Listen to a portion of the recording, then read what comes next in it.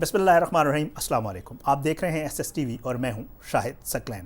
ایک ایک کر کے بھارت کے لیے بری خبریں آ رہی ہیں اور آس پاس کے جتنے ممالک ہیں وہ آہستہ آہستہ بھارت کو ٹھنڈ کراتے جا رہے ہیں، ہری جھنڈی دکھاتے جا رہے ہیں۔ وہ ممالک بھی جن کا انحصار ہوتا تھا بھارت کے اوپر اور بھارت یہ سمجھتا تھا کہ یہ تو اپنی جیب میں ہے، یہ تو اپنے گھر کی مرغی ہے، ان کا تو کوئی مسئلہ ہی نہیں ہے، وہ بھی آہستہ آہستہ بھارت کو آنکھیں دکھانے لگ گئے ہیں۔ ابتدا اس کی ہوئی نیپال کی طرف سے۔ نیپال کا بہت بڑا جو ہے بھارت کا انفلوئنس تھا نیپال کے اوپر، اور نیپال جو ہے وہ اس کی ٹوٹل معیشت کا جو انحصار تھا وہ بھارت کے اوپر تھا۔ ہوا یہ کہ جب بھارت نے 5 اگست کو ایک غاصبانہ اقدام کیا گزشتہ برس، اس کے بعد آہستہ آہستہ پڑوسی ممالک کے ساتھ، پاکستان کے ساتھ تو تعلقات 1948 سے ہی 1947 سے ہی بھارت کے اچھے نہیں ہیں، لیکن چین اور نیپال جن کی ڈائریکٹ سرحدیں لگتی ہیں اور جن کے ساتھ کچھ متنازع علاقے تھے بھارت کے، انہوں نے جب بھارت نے یہ اقدام کیا تو انہوں نے باقاعدہ طور پہ بھارت کو جو ہے وہ آنکھیں دکھائیں، بھارت کو بتایا کہ آپ نے یہ غلط اقدام کیا ہے، اور اپنے نقشے بھی جاری کیے۔ نیپال نے اپنا نقشہ جاری کیا اور بھارت کا وہ متنازع علاقہ جو بھارت سمجھتا تھا، بھارت کہتا تھا، جس کے اوپر بھارت دعوے دار تھا، اس کو نیپال نے اپنے نقشے میں شامل کر کے باقاعدہ اپنی پارلیمان سے اس کو منظور کروایا۔ یہ تو تھا نیپال کی طرف سے اقدام۔ چین کے ساتھ آپ کو پتہ ہے، میں بھی کئی ویڈیوز کر چکا ہوں، چین سے جو ہے منہ کی کھانی پڑی، چین آگے آیا، انہوں نے ان کے فوجی بھی مارے، اس جگہ پہ اب تک موجود ہے جس پہ بھارت دعویٰ کرتا تھا، اور مزید آگے آنے کے لیے بھی چین کوششیں کر بھی رہا ہے، اور چین آئے گا، اور 90,000 مربع کلومیٹر کا وہ علاقہ ہے جس کے اوپر چین دعوے دار ہے کہ یہ ہمارا علاقہ ہے۔ 1962 کے جو معاہدے تھے بھارت اور چین کے درمیان وہ بھی ختم ہو گئے، اور یہ تو تھی نیپال اور چین کے حوالے سے سچویشن۔ پاکستان تو اپنے موقف کے اوپر آج بھی قائم ہے، لیکن ایک اور ملک بھی ہے جس کو قائم کرنے میں بھارت نے بہت بڑی سازش کر کے پاکستان کو توڑ کے اس ملک کو الگ کیا پاکستان سے، اور وہ ہے بنگلہ دیش۔ بنگلہ دیش نے بھی اب بھارت کو باقاعدہ طور پہ آنکھیں بھی دکھانا شروع کر دی ہیں، جھنڈی بھی کرانا شروع کر دی ہے۔ پاکستان کے ساتھ تعلقات جو بنگلہ دیش کے اس طرح نہیں تھے ماضی میں، وہ بھی اب بہتری آنا شروع ہو گئی ہے، اور اس کی ابتدا ہوئی حسینہ واجد کی عمران خان کے ساتھ ٹیلی فونک گفتگو سے، جس کے اوپر بڑا ریئیکشن آیا بھارت میں۔ مودی بھی ناراض ہوا اور مودی کی حکومت بھی ناراض ہوئی بنگلہ دیش کے اوپر، لیکن بنگلہ دیش نے کہا ہیلو شٹ اپ، ہماری اپنی ایک خود مختار اسٹیٹ ہے، ہم خود یہ بہتر فیصلہ کر سکتے ہیں کہ ہم نے کس کے ساتھ تعلقات کس طرح کے رکھنے ہیں، آپ ہمیں نہ بتائیں کہ ہم نے پاکستان کے ساتھ کس طرح کے تعلقات رکھنے ہیں۔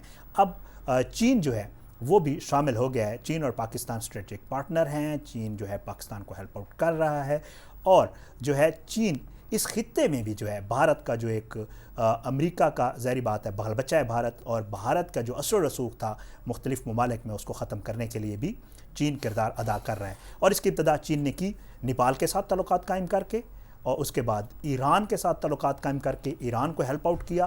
چابہار کا جو ریلوے منصوبہ تھا اس سے باقاعدہ نکال دیا بھارت کو ایران نے، پھر اس کے بعد چابہار سے بھی ایران نے نکال دیا بھارت کو وہاں سے منہ کی کھانا پڑی، اور اس کے بعد باری ہے بنگلہ دیش کی۔ بنگلہ دیش کے حوالے سے بڑی زبردست خبر ہے، ہوا کچھ یوں جی کہ بھارت کو جو ہے سبکی کا سامنا کرنا پڑا ہے۔ ان کا سیکٹری خارجہ جو ہیں بھارت کے، ان کا نام ہے ہریش وردھان شرنگلا، وہ 4 روز قبل جو ہے وہ گئے بنگلہ دیش، ڈھاکہ گئے جی۔ کوئی انویٹیشن نہیں تھا، کوئی ان کو سرکاری سطح پہ جو ہے کوئی انویٹیشن انہوں نے بھی کوئی وہ بتایا نہیں۔ وہ چارٹرڈ طیارے پہ سوار ہوئے اور وہ دلی سے پہنچے ڈھاکہ بنگلہ دیش۔ جب وہ پہنچے تو ان کو کوئی نہ ریسیو کرنے آیا، نہ ان کو کوئی آگے سے پروٹوکول دیا گیا، اور سیدھے وہ اپنے سفارت خانے گئے۔ ان کا کیا جی مشن تھا؟ مشن ان کا یہ تھا کہ انہوں نے ملاقات کرنا چاہ رہے تھے وہ جناب شیخ حسینہ واجد صاحبہ سے، جو کہ وزیر اعظم ہے بنگلہ دیش کی، لیکن وہاں پہ ہوا کچھ یوں کہ انہوں نے اپلیکیشن دی کہ جی میں جو ہے ملاقات کرنا چاہتا ہوں، اور یہ ملاقات جو ہے مودی کا میں پیغام لے کے آیا ہوں، نریندر مودی کا حسینہ واجد صاحبہ کے لیے، تو مجھے ملنا دیا جائے۔ پہلے تو ملاقات کے لیے انہوں نے ٹھنڈ کرائی، لیکن بعد میں ہوا یہ کہ ان کو 4 گھنٹے بلکہ 5 گھنٹے جو ہے ان کو انتظار کروایا گیا ہوٹل میں، اور پھر 1 گھنٹہ جو ہے وہ انتظار کروایا گیا ان کو وزیر اعظم ہاؤس میں۔ اب یہ جو تفصیلات ہیں جی، یہ بنگلہ دیش کا ایک اخبار ہے، اور اس بنگلہ دیش کے اخبار کا نام ہے نیو ایج۔ اس میں ایک آرٹیکل لکھا ہے، ان کے سابق سفارتکار ہیں جن کا نام سراج الاسلام ہے، سراج الاسلام۔ یہ اپنے آرٹیکل میں لکھتے ہیں کہ جی یہ جو دورہ ہے یہ کوئی مختلف نوعیت کا، نارمل نوعیت کا نہیں تھا، اور اس دورے سے جو ہے وہ نقصان ہوا ہے بھارت کو بجائے فائدہ ہونے کے۔ انہوں نے کہا کہ جی جو مہمان سیکرٹری خارجہ تھے ان کو حسینہ واجد سے ملاقات کے لیے 4 گھنٹے ہوٹل میں اور 1 گھنٹہ وزیر اعظم آفس میں انتظار کرنا پڑا۔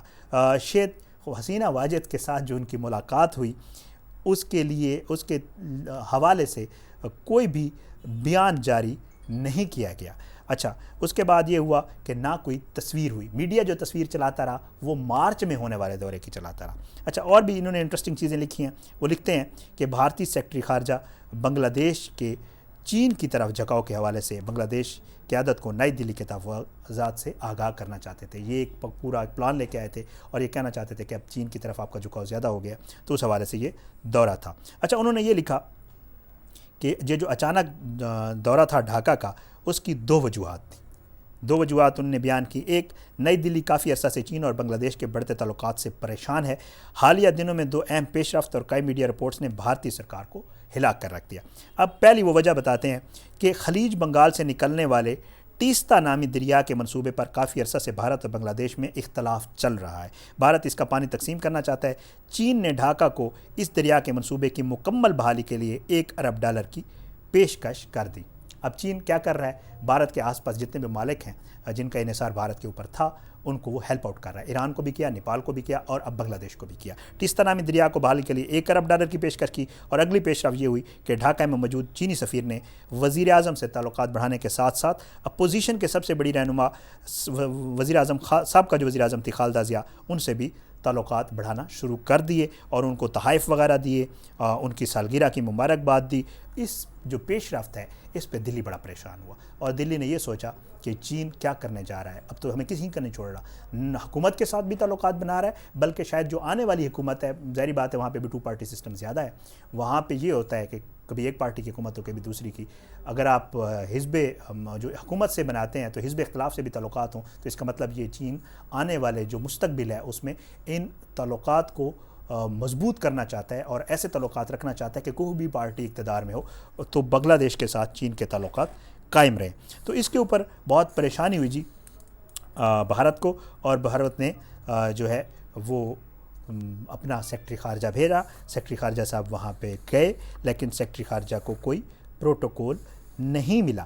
اب یہ اپنے آرٹیکل میں بھی لکھتے ہیں کہ یہ جو غیر سفارتی نوعیت کا دورہ تھا اس میں بنگلہ دیشی پارلیمنٹ میں بھی اس پہ آواز اٹھائی گئی اور بنگلہ دیشی پارلیمنٹ میں باقاعدہ پوچھا گیا حکمران جماعت سے کہ یہ سیکرٹری خارجہ کیوں آئے تھے اور ان کے ساتھ ایسی کیا بات چیت تھی، کیا ضرورت تھی اس دورے کی، اور یہ دورہ کس نوعیت کا تھا، کیونکہ یہ بالکل اچانک دورہ تھا، اس کے حوالے سے کہ سرکاری سطح پہ بتایا نہیں گیا، یہ آئے اور آ کے چلے گئے، کوئی اسٹیٹمنٹ جاری نہیں ہوا، تو پارلیمنٹ میں بھی پوچھا گیا۔ اب اسٹینڈنگ کمیٹی جو ان کی ہے اس میں یہ بتایا گیا حکومت کی طرف سے کہ جو ہے اس دورے کے حوالے سے باقاعدہ طور پہ یہ بتایا گیا کہ یہ جو کابینہ کے ارکان تھے ان کو بریفنگ دی گئی خارجہ کمیٹی کی طرف سے، اور انہوں نے کہا کہ جی اس شیڈول کے حوالے سے بتائیں۔